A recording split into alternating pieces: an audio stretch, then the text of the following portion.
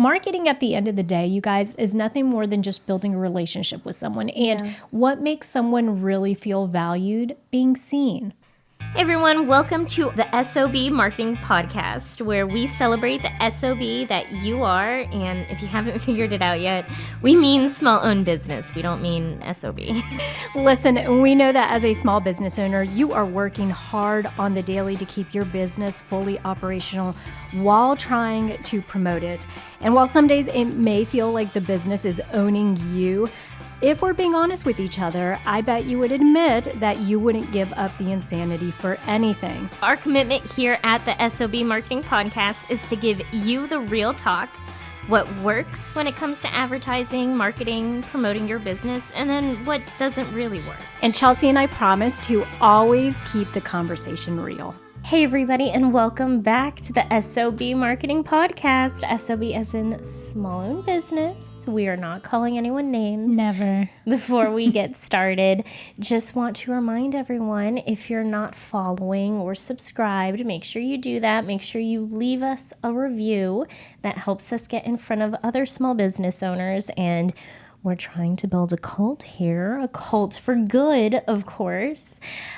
Also, we want to do an episode in the future where we answer everyone's specific marketing questions. So if you have a marketing question, vague, specific, anything that you want to ask us, please email us at help@theseasonmarketer.com. You could also send us a DM on social media. You could leave it in the comments section wherever you're listening or watching this, whatever works best for you guys. But just let us know what you want answered on the podcast. We already have one submission from of all things, from a library, elementary school librarian wrote in to ask us a question. So if you guys want to throw your name in the hat, your business in the hat, get a little shout out on the podcast, and also, you know, you have two marketing professionals here who want to answer your nail-biting question that you've been sitting on for a year or two. So go ahead and, like Chelsea said, reach out to us. Let us know. Yeah. So, Vivian, what are we talking about today?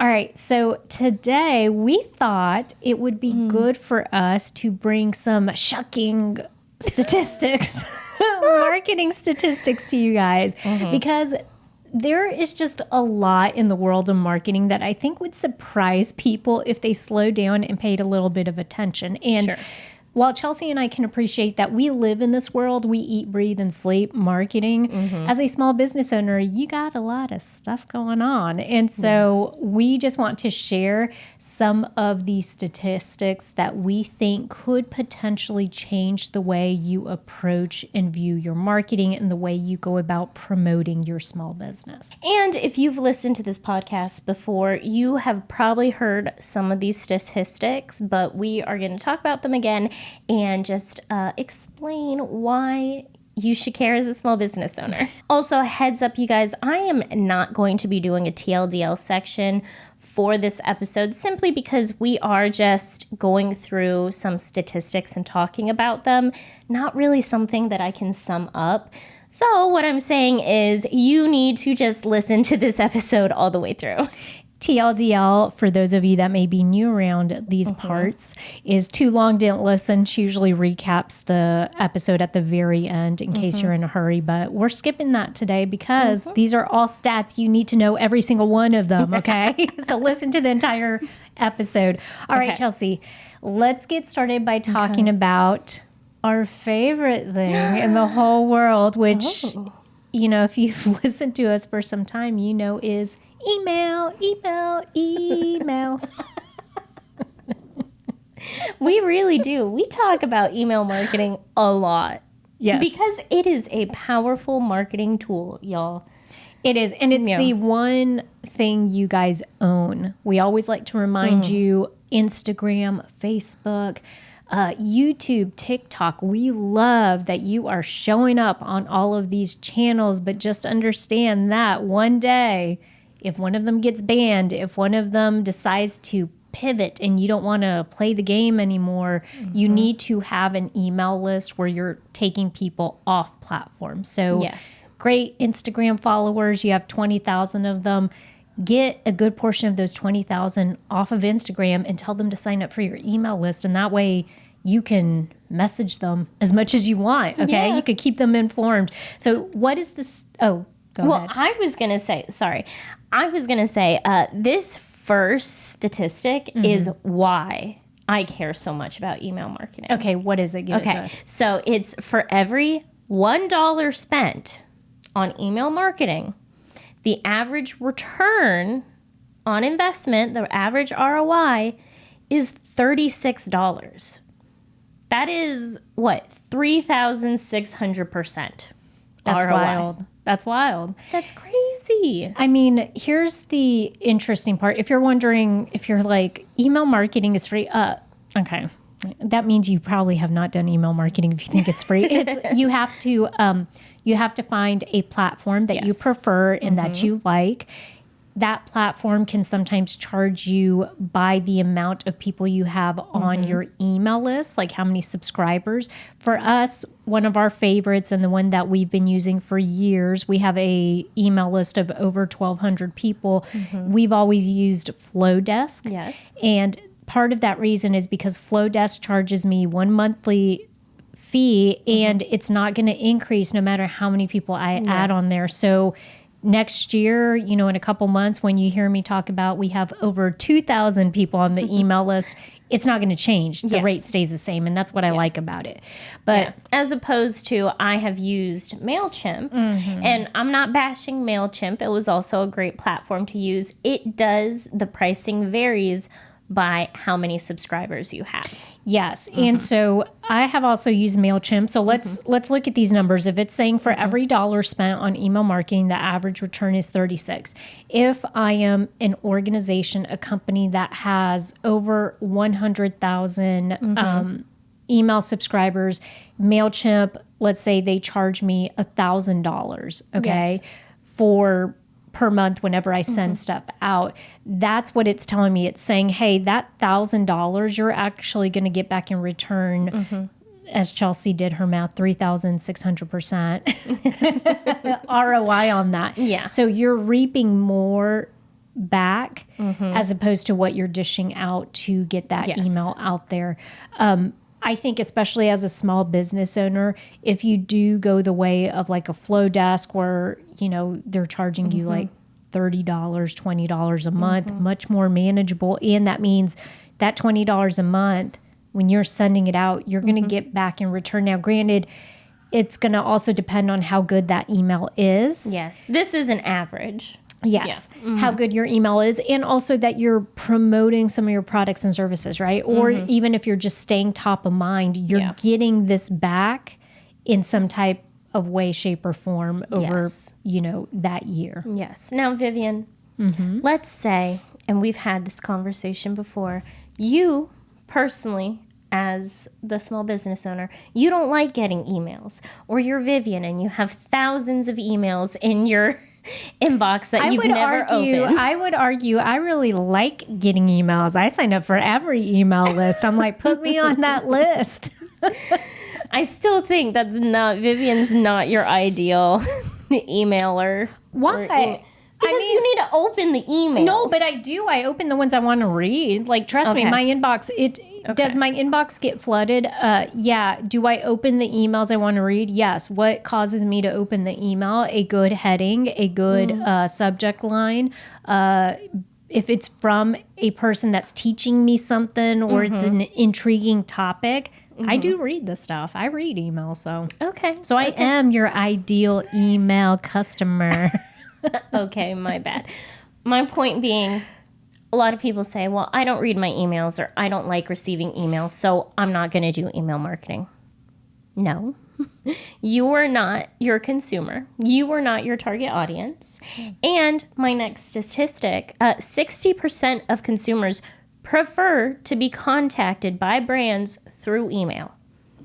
Okay, so there's facts behind this. People like receiving emails from brands. Well, and I think the one thing I would urge you to do is if you haven't started an email list because your mindset is that email is outdated, I just want to challenge you to dive deep into why you think that. Is it because you yourself are not using it? And then to Chelsea's point, you may be your target customer, you may not, but the thing is, you can't just base things off of like, well, I don't do this. Okay, great. Yeah. Well, there's an entire other world out here, and majority wins. Okay. If most of your customers will open an email, then you should have an email list. Okay. Because that's easy money where you guys have people that are tuned in saying, I want to hear from you. Great. They may want to know what your special is. They may want to know the new product that you just, released. And I do think it's a big one. I love that you threw that in there because sometimes just challenge your beliefs of what you think people are doing every day. Go out there and look for the data.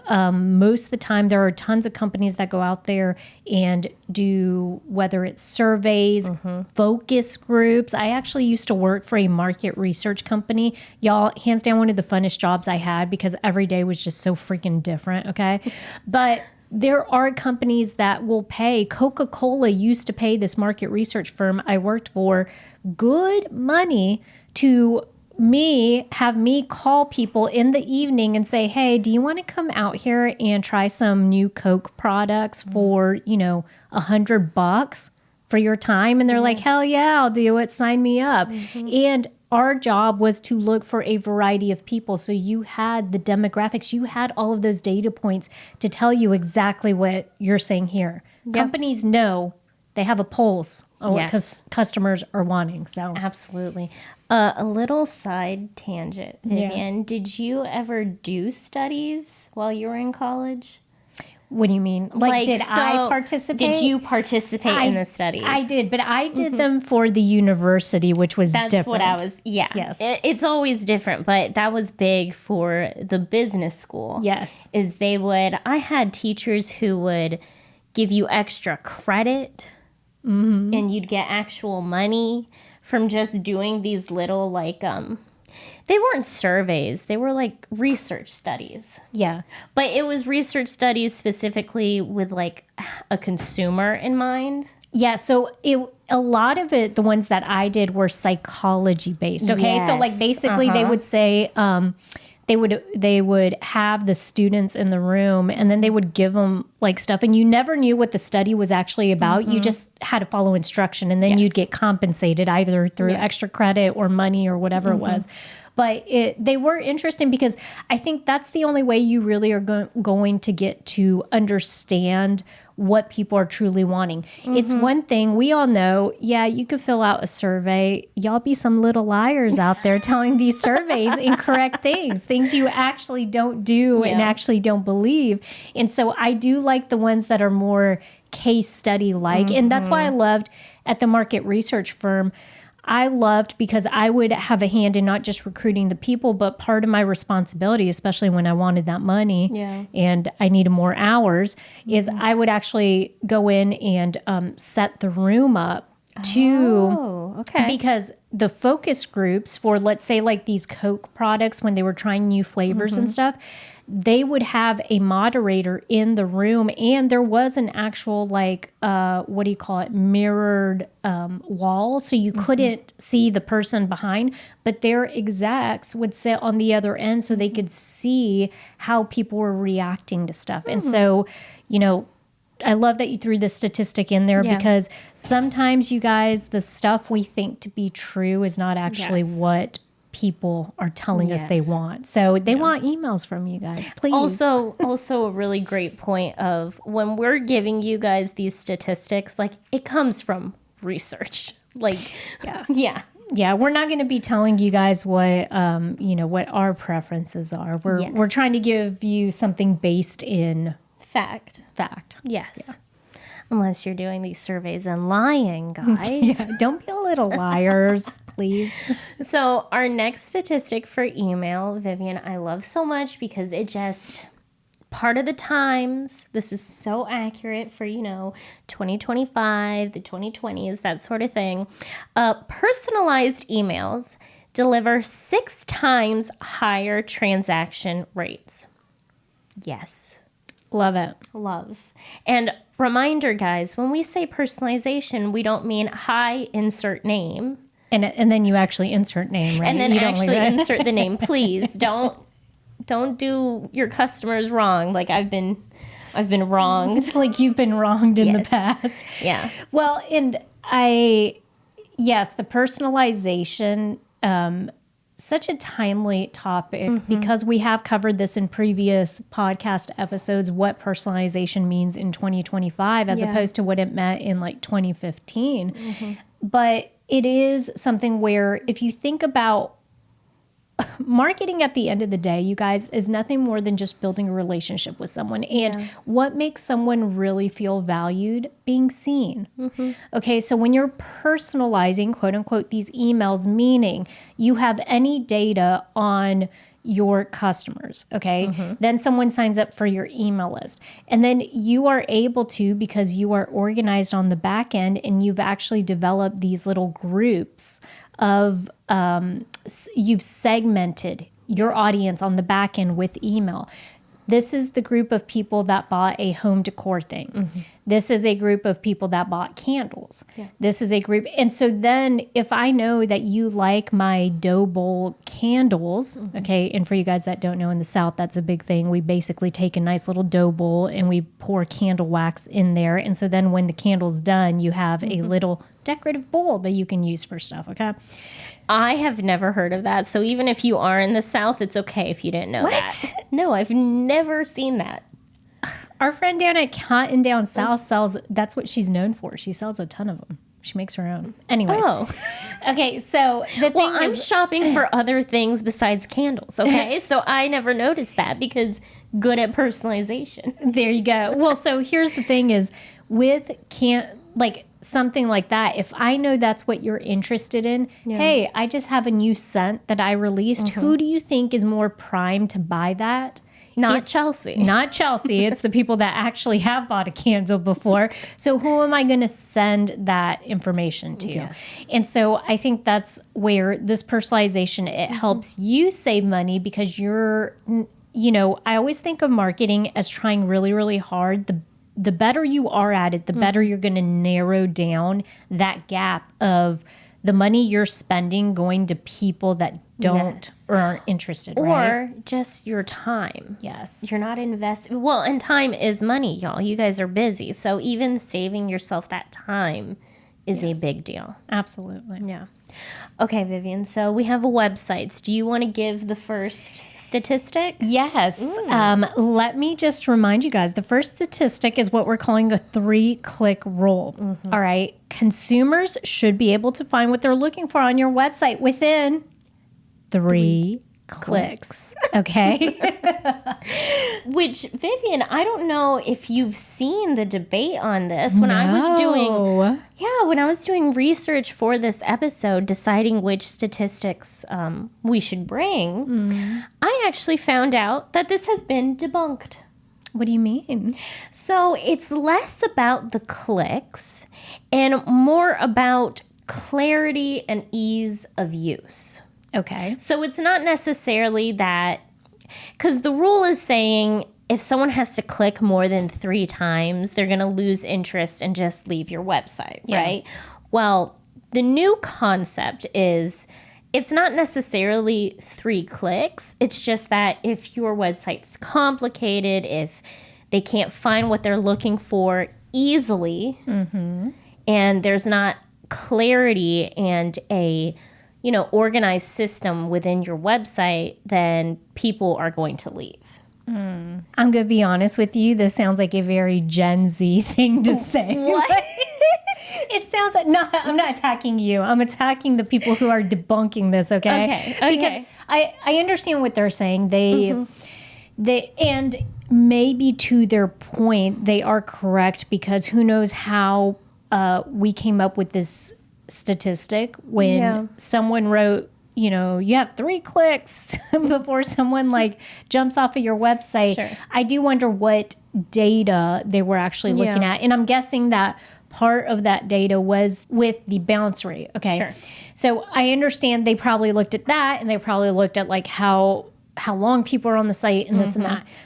But I do think that there is something to the fact that if I have to do more than like, if I go onto your website and I'm specifically looking for a product, I'm going to buy a t-shirt, and think of it how, in your experience, how this has played out on most online shops. Okay. You get on the website, there's the homepage. You go to apparel, you go to t-shirts, there's a filter, men's, women's, children, you select women's. That's 3. That's 3 right there. I found what I needed, okay?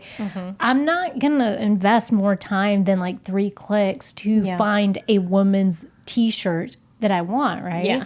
So I do, I stick by my initial thing. It sounds very...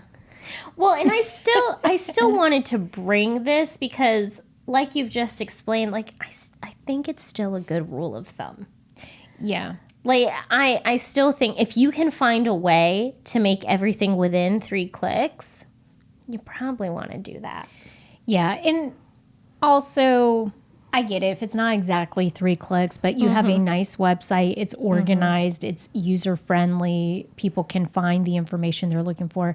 I get it. Maybe I'll give you 4. Yeah, well, that's what I was about to say. 3, 4, 5. When you get to like 16, there's Too a much. problem. Too much. People are gonna bounce off. Yeah. Right. I do also like that we had this discussion and you mentioned that it was debunked, because as just a friendly reminder that as technology evolves, as consumer preferences change, marketing shifts. And hopefully that is part of the reason that you have subscribed to this marketing podcast, because you need a place to be able to go just to have the conversations of like, hey, has that changed any, or are we still doing that thing, right? Yeah. And so I love that there is a discussion around this because people change over time, the way we consume things, and also our patience for stuff changes. I mean, you guys, if you would have asked me back when I was graduating college in 2005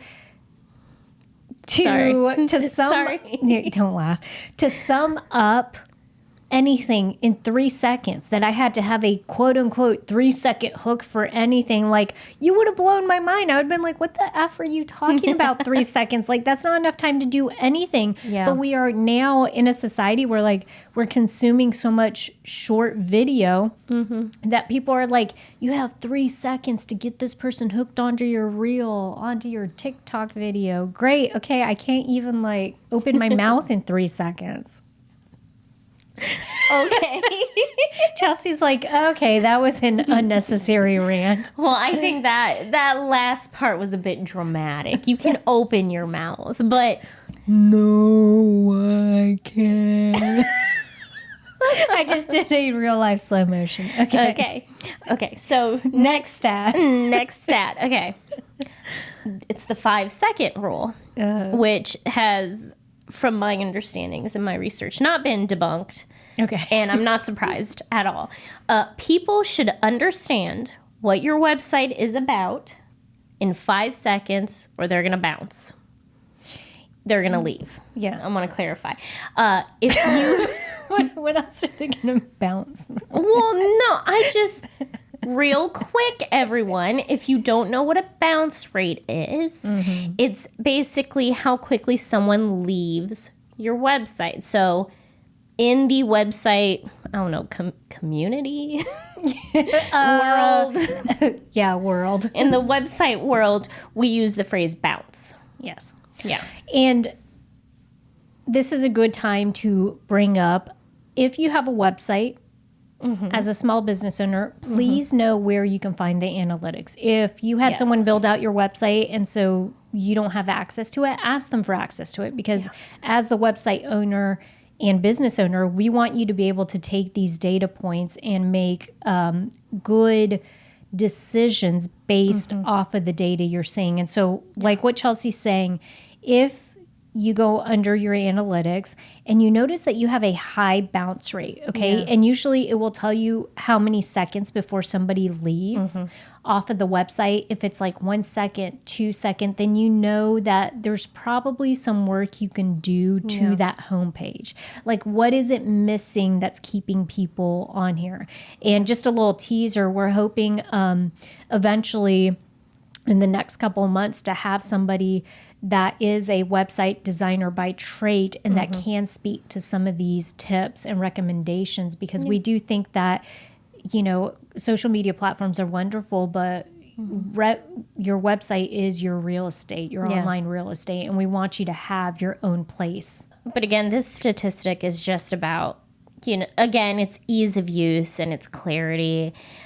This made me think of... Vivian, do you remember like websites from the 2000s? Yes, and the bad ads and stuff that were on there. Yes. It makes me think of like old 2000s websites where I'm specifically think of like hot pink color, like font color on like a yellow background. And it has like some background music playing or something. Interesting. One of the shout out to one of my favorite podcasts, The Big Flop. I just found this a couple months ago, and I love just listening to their conversations. The last one I listened to was actually about Napster. Do you remember Napster? I don't know what that is. You don't know what Napster is? No. So basically, it's like... I've heard the name before. Okay. I don't know what it is. Before Spotify, we used to illegally download songs to burn CDs. And I used to do that. Okay, but you probably used LimeWire. No. Oh, okay. I used MP3 download or something like that. Yeah. Well, it was something similar, but it was the first one to do it. Okay, Napster was.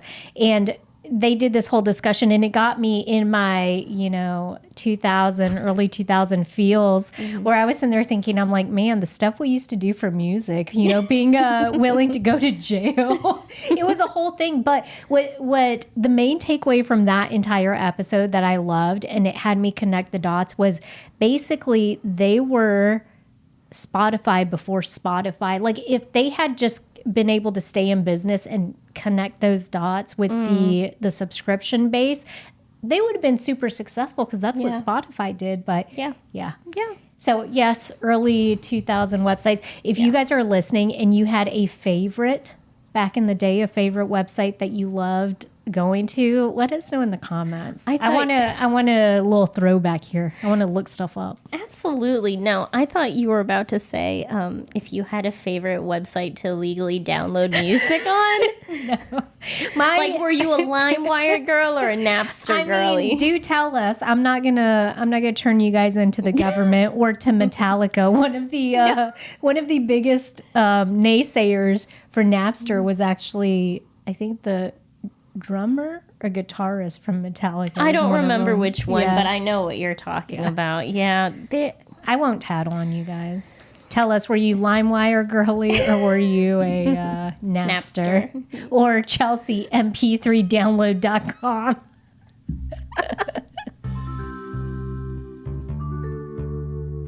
I once worked with an ad agency where I had to go through and revise all of their work, because it would be laden with misspellings and wrong information. We were spending thousands of dollars for me to do double the work. Sometimes you don't need an ad agency. You just need resources to be able to figure it out on your own. Yeah, that's why we created the S.O.B community for the small business owners who want to keep their marketing in-house but still need some support. You get templates, courses, downloads, expert advice, weekly live calls, and a supportive group of other small business owners for just $50 a month. So head over to school.com/SOB. That's SKOOL.com/SOB. All lowercase. Join today and feel confident in your marketing. This next one makes perfect sense. Okay. If anything, I think, well, actually, no, it makes sense because of the word over. So mobile users account for over 50% of global website traffic. I was about to say 50% honestly feels kind of low to me. Yeah. But when you say over, like how much over? Is it like 5% or like 20%? True. But and I do have in my notes, because this is the figure that I found. Oh, okay. Same exact thing. Quote, the vast majority of the world's internet users, 95.9%, use a mobile phone to go on to at least some of the time. And so mobile phones now account for 62% of the world's web traffic. Okay. All right. So couple takeaways for you as a small business owner. If you know this, that over half of the people that visit your website are going to be looking at it or 62%. or 62%, okay, are going to be looking at it on this teeny tiny device. Be sure that your website is actually designed for that, okay? Yes. And there is these website builders these days, or people, if you have outsourced it, your website design to somebody, just be sure that you're asking them and say like, hey, is it mobile friendly also? There is a wonderful tool in Google where you can check this. You could check to see if your website is mobile friendly. Real quick update, y'all. Unfortunately, Google actually retired their mobile-friendly testing tool back in December of 2023. However, Vivian and I found another free tool that you guys can use to test how mobile-friendly your website is from Expertise. I will be adding that link in the description notes, so go check that out and go make sure your website is mobile friendly. Design wise, you want to be sure of that. Also, outside of just websites, if you guys are using something like a Canva, or we use links, links.co. What we use that for is, on Instagram, like when you say link in bio or something like that, because we have so many different resources, we have quizzes, we have courses, we have an email you can sign up, we have a podcast. I had to come up with a way to design it to where it was a little easier than just sending them to the website and having them poke around in there. And so I use that links.co to be able to nicely format it and have it show up on a mobile device. And literally they could just click on it. Yeah, so we're limiting it to only 2 clicks instead of 3. Yeah, instead of like 5. And so something similar would be like a stand store. You guys may have seen a lot of Instagram users using that as well. But all of those are mobile friendly. And so I love, just as a reminder, whatever you guys are doing, be sure that it looks okay when people pull it up on their phone. Absolutely. And again, a lot of these website platforms already do it for you, but I still want you to double check, okay? And that's from experience. When I worked in healthcare, I would always double check the website on mobile, because a lot of the banner I'd have at the top, not always fitting correctly on mobile. Yeah, it definitely, and it does this weird thing where it will minimize stuff. Same thing, I know we're talking about websites specifically, same thing on your emails, you guys. Yes. So we have a client that we do emails for, and on the platform that they use that she prefers, at the top, you can easily toggle between mobile view and email view. And I like doing that because there's something when I'm changing fonts or I'm changing font size, or when I'm looking at it in an email on my desktop, and let's say I insert, I'm like, oh, I want to put a new paragraph here. It doesn't look the same on your mobile device. No. Sometimes it gives you these weird, quirky, you'll have too much space in between paragraphs and all this. And so I make it a habit now to look at it on both devices because I don't want it to be funny or funky. Yeah. Yeah. Yeah. Just double check everything. Yes. All right. So now we are moving on to content Content. marketing. Ooh. Can we start No. with a conversation we just had in our S.O.B community yesterday. Okay. For those of you that aren't aware, we have a membership community, $50 a month. We hop on weekly calls and we just talk about all things marketing. Our community members can bring marketing questions, initiatives, ideas to the table, and we talk about it as a group. It's a lot of fun.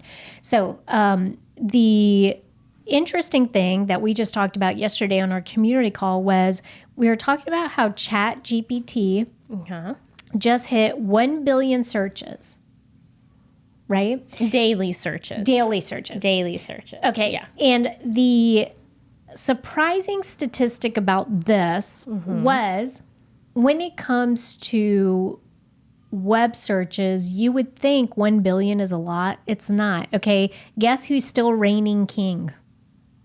Well, I know the answer. It's Google. Yes. Yeah. And Google is when we looked at a graph and we shared it in the community where it laid out all of the platforms. Google was still at the very top, and it was by a long shot. Okay. Yes. ChatGPT was like fifth from the bottom with a ton, including Snapchat. In between there, Snapchat was like one of the top 5. Yes. Okay. Yeah. So it went Google, Instagram. This graph was specifically amount of daily searches. So where people are going to just search things. Okay. So Google, Instagram, a Chinese browser. Yes. And then Snapchat. Who of you out there are using this Chinese browser? Well, I feel like I know who it is. I'm just saying. Okay, and And then Snapchat. Snapchat was 4th.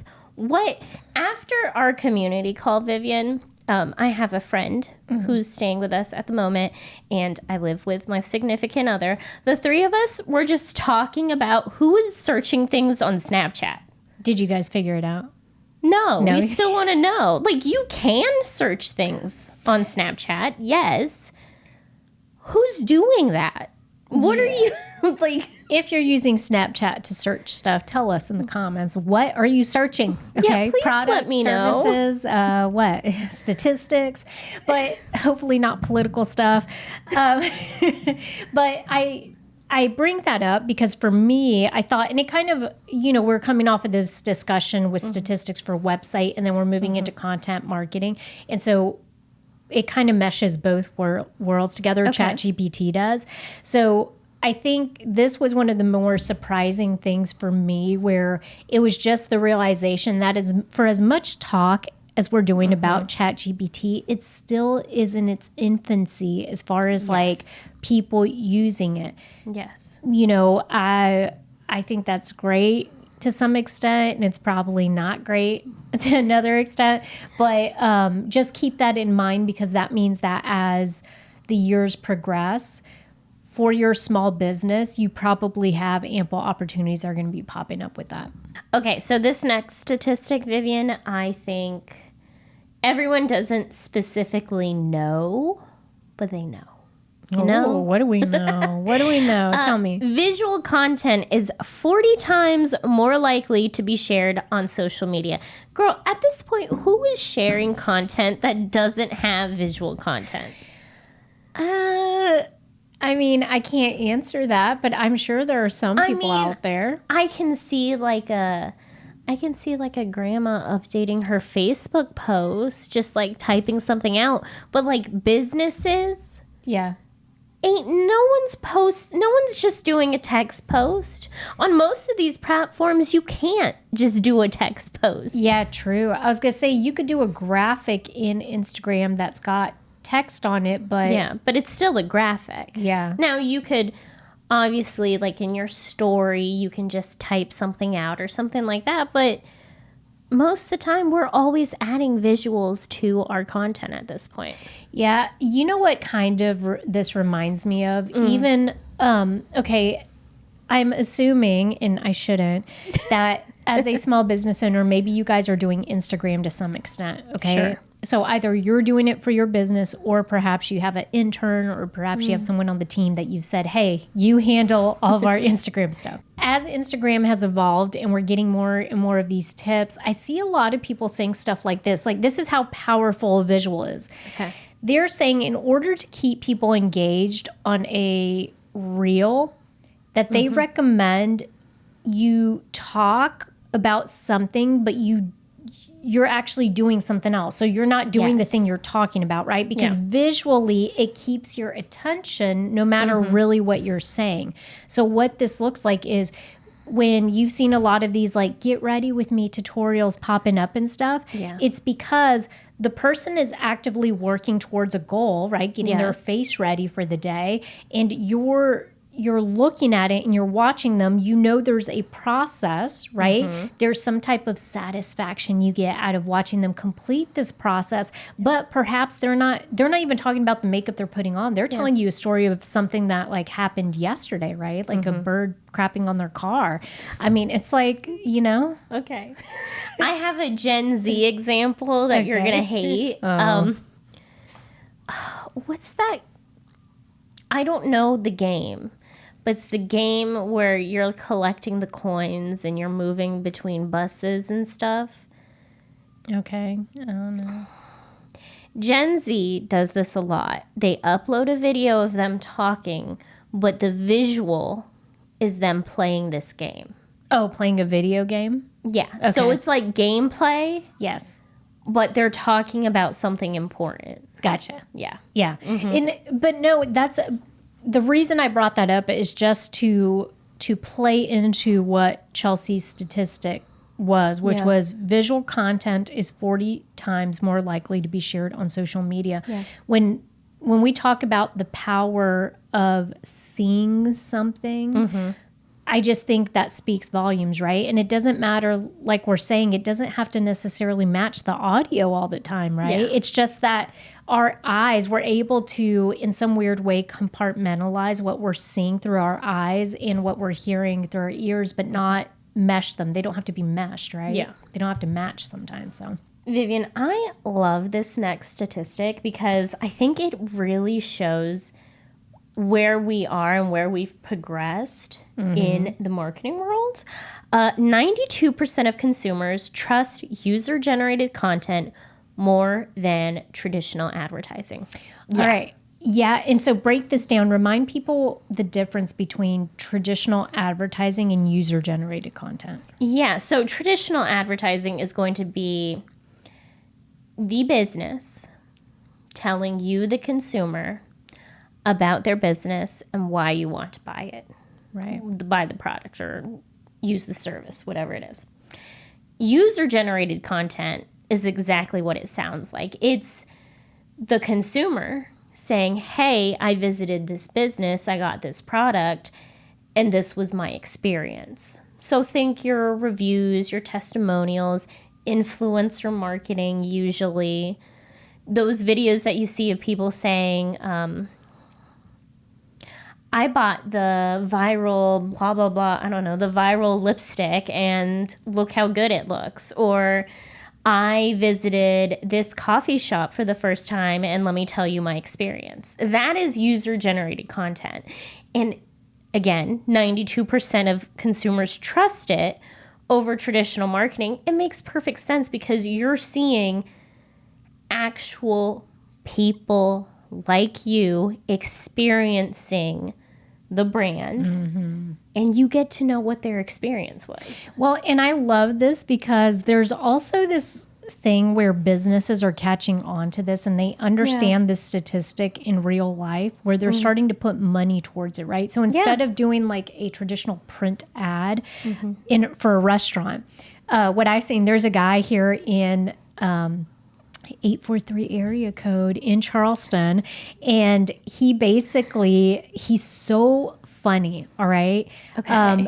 He will go out there and he's like, your boy's out here at like, so-and-so restaurant or whatever. But so he's known. He's grown a TikTok audience and an Instagram audience, and people like watching his videos because he literally will say the funniest stuff. He goes to the restaurants, he'll shoot video, show his meal, all that stuff. He'll give you a review while cracking jokes and like all this stuff, right? Yeah.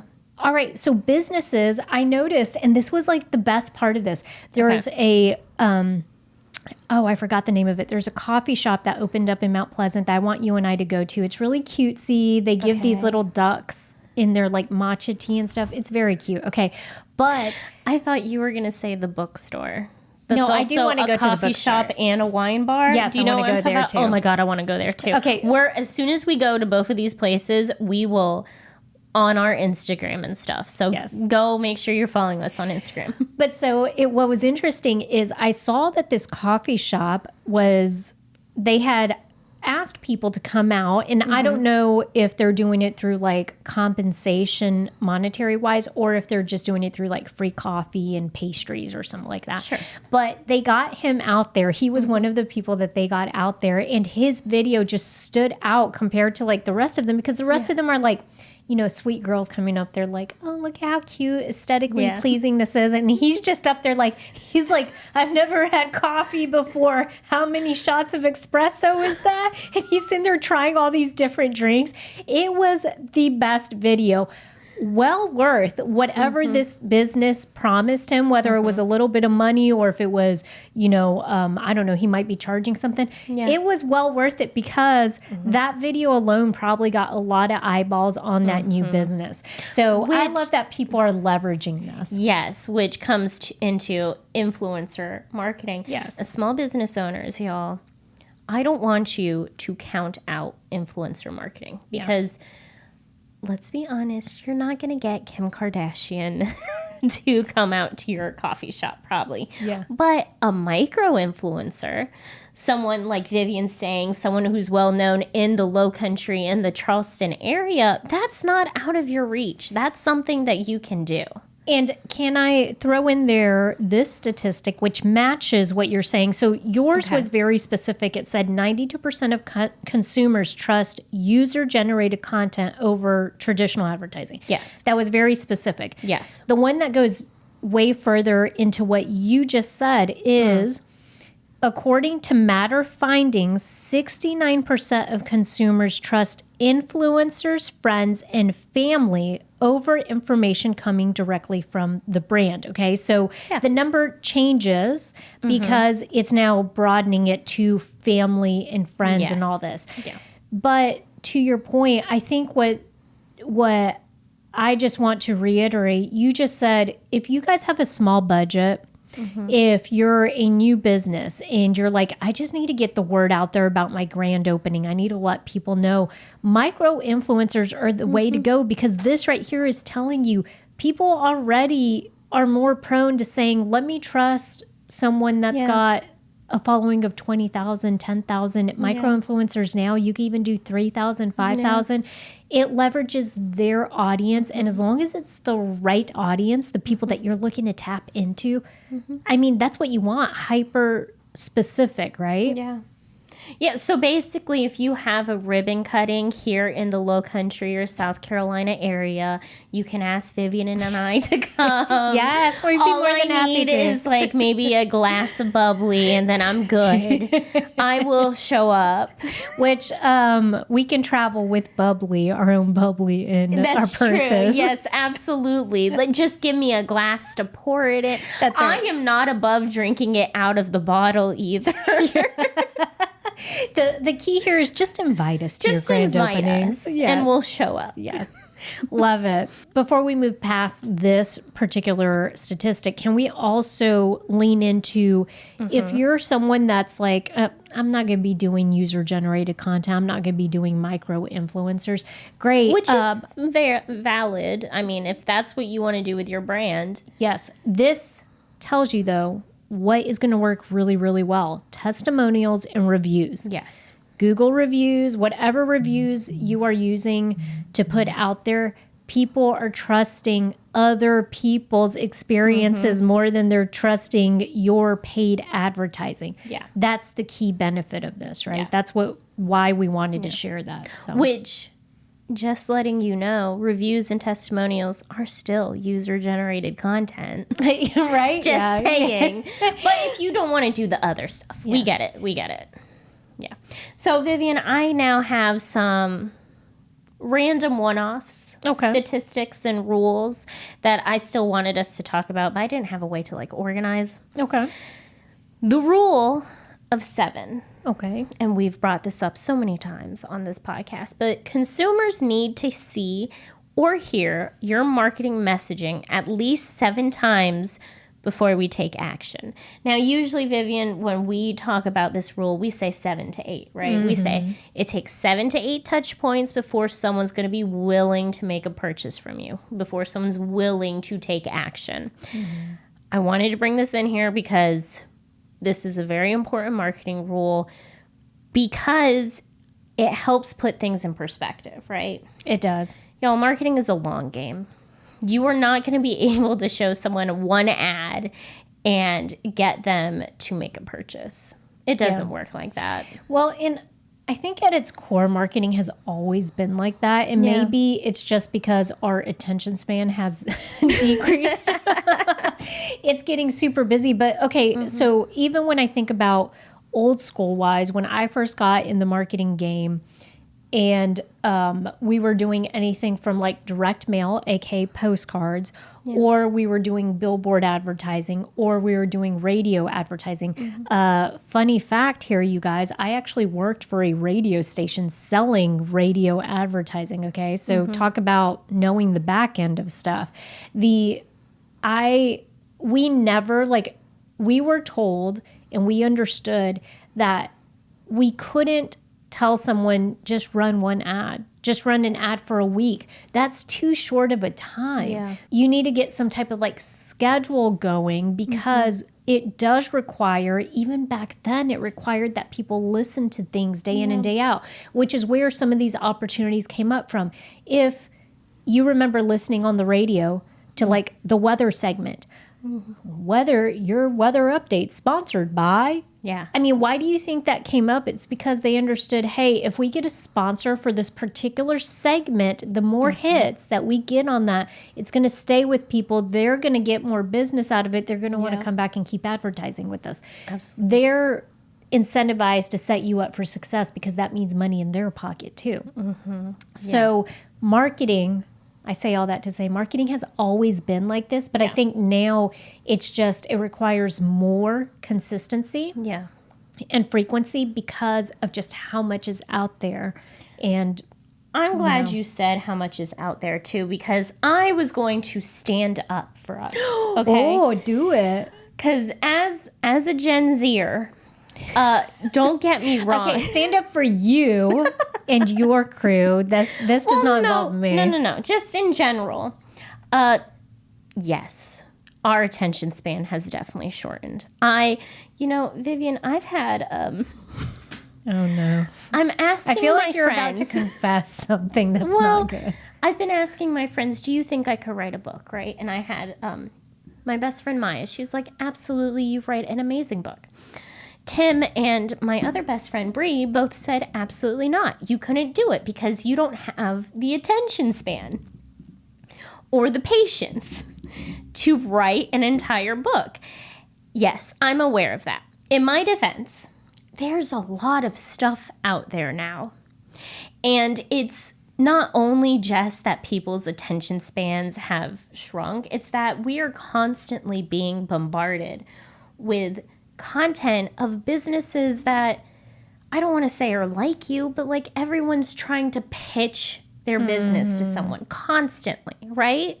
So getting one eyeball one time, one ad is not going to be enough for me to remember you. Yeah, and if we're going to sound like little conspiracy theorists here, but let me put my little tinfoil hat on and tell you guys something, all right? Chelsea and I, another thing we mentioned in our S.O.B community yesterday, that was an interesting statistic. When you guys are scrolling through Instagram and let's say, or YouTube, whatever it is, you're using these platforms to try to promote your small business. You're like, great, views are a big thing. All right, even something as small as this, views used to be counted as someone watching your video for 3 seconds. Guess what it's been knocked down to? 1 second. 1 second. Across all these platforms except for YouTube Shorts, and there was one other one that was 3 seconds. I can't remember. LinkedIn, I think. LinkedIn, yes, that was it. LinkedIn. Okay, so what this means if you guys don't think that these platforms are setting us up for dopamine hit after dopamine hit after dopamine hit, why would you lower the amount of time they're requiring for it to count as a view? Because they want you to feel like your stuff is getting viewed and looked at, because what's that going to do? It's going to force you or make you want to create more content, because you're like, oh, look at how well this reel did. Yeah. Look at how well this video did. All right. We're little dopamine monkeys at this point. Okay.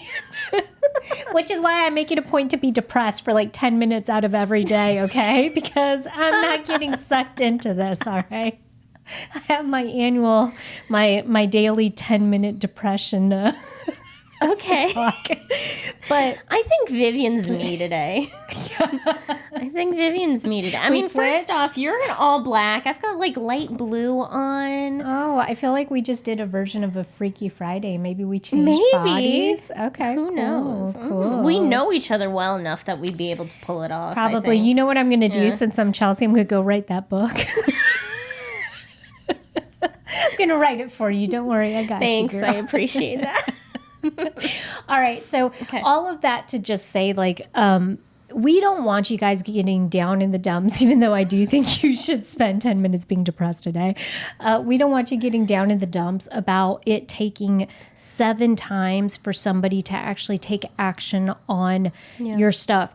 Just understand the way of the world now, and you get it because you're living in it. Yeah. There's so much, whether it's through Google or it's through the streaming services or it's on podcast or it's we are just getting hit from every direction with stuff. Yeah. And so sometimes that Facebook ad isn't going to convert to a sale if someone sees it just one time. Sometimes they need to see it 3 times. Sometimes it needs to be 7. Okay. So, and sometimes I've also heard this too. Great. You see their Facebook ad. Maybe they see you then on Instagram through a reel. Maybe then they see you on a digital ad when they're, looking for something on Google. It's got to be like omni-channel, right? Not just on one platform, but they're seeing you throughout the day in different ways. Yes. Okay. So this next statistic, we did an entire podcast episode on. But if you're new here, we're going to remind everyone, it costs 5 times more to acquire a new customer than to retain an existing one. Big stat, because I think once you let this settle in, okay, and you think about it and you accept it with open arms, you come to recognize that, A, you've been making your life a little harder than you had to, because maybe you're just not tapping into people that have already bought from you. Yeah. We get it. There are 2 pipelines going into your small business. One of those pipelines is going to be new customers. You always have to have new customers coming in.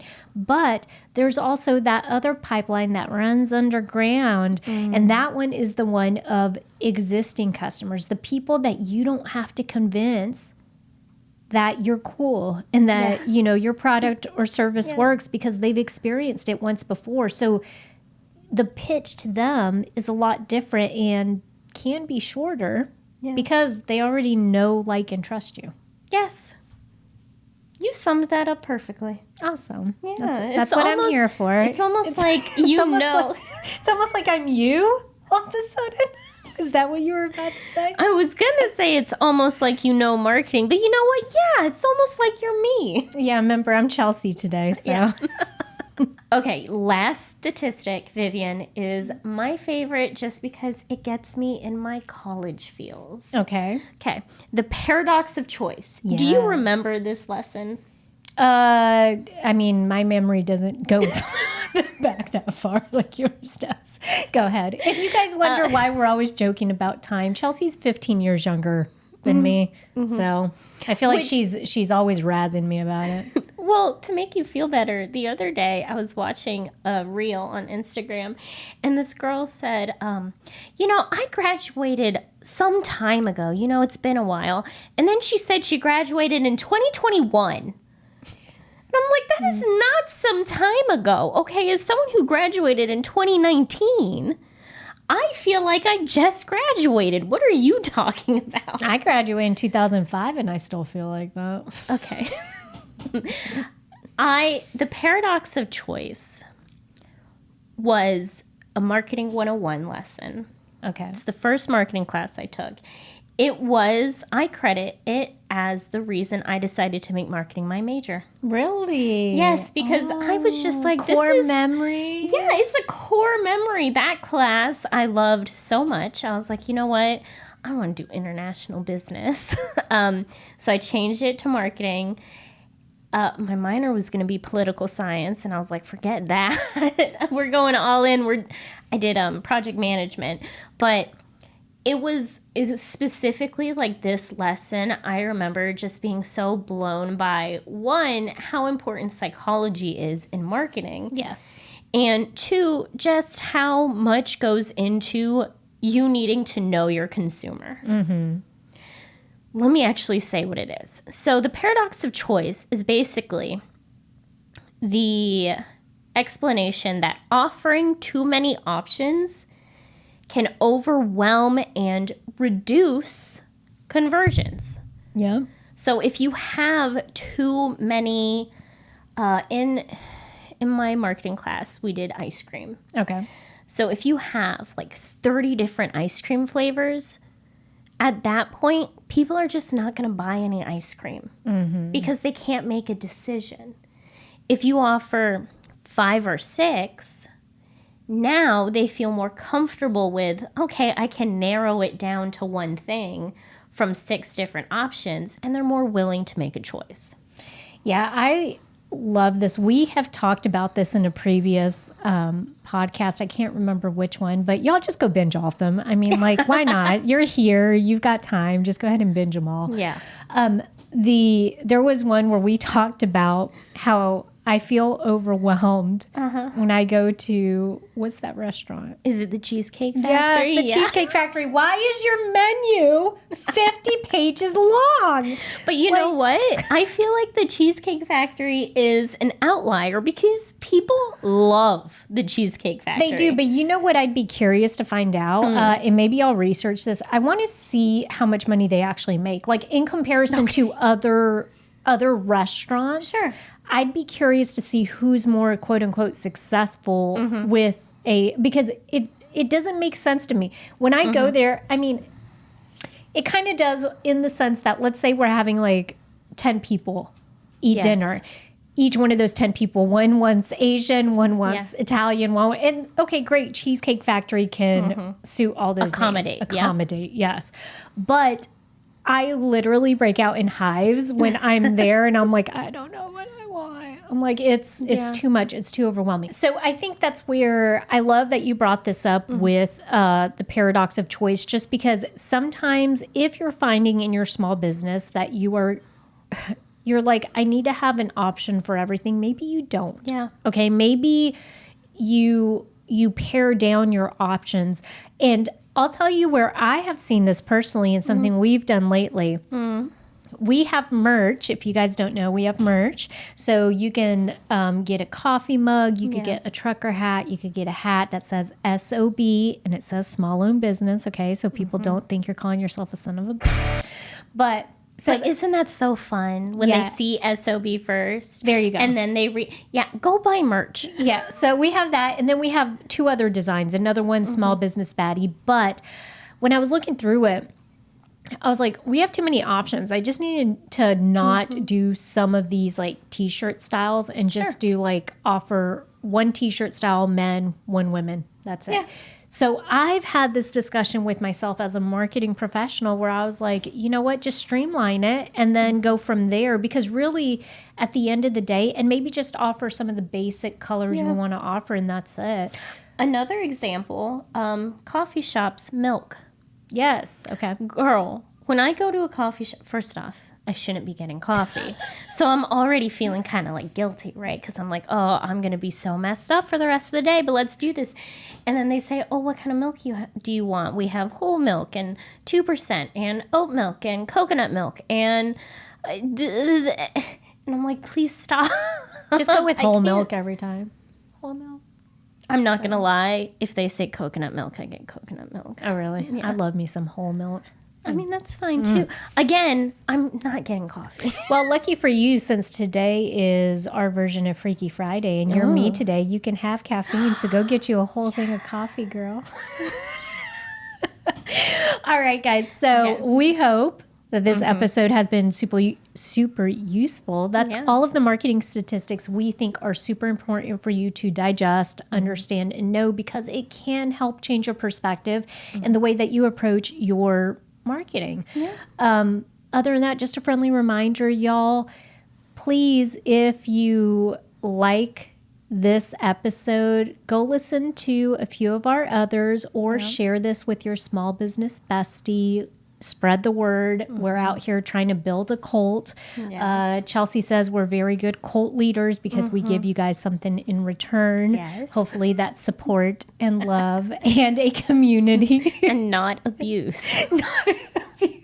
We're building a cult for good, you guys. Yes. Yeah, marketing good. Absolutely. So also make sure you leave a review, because that helps, with the algorithm and stuff like that, so that we can get in front of more people, and just go be the best SOB you can be.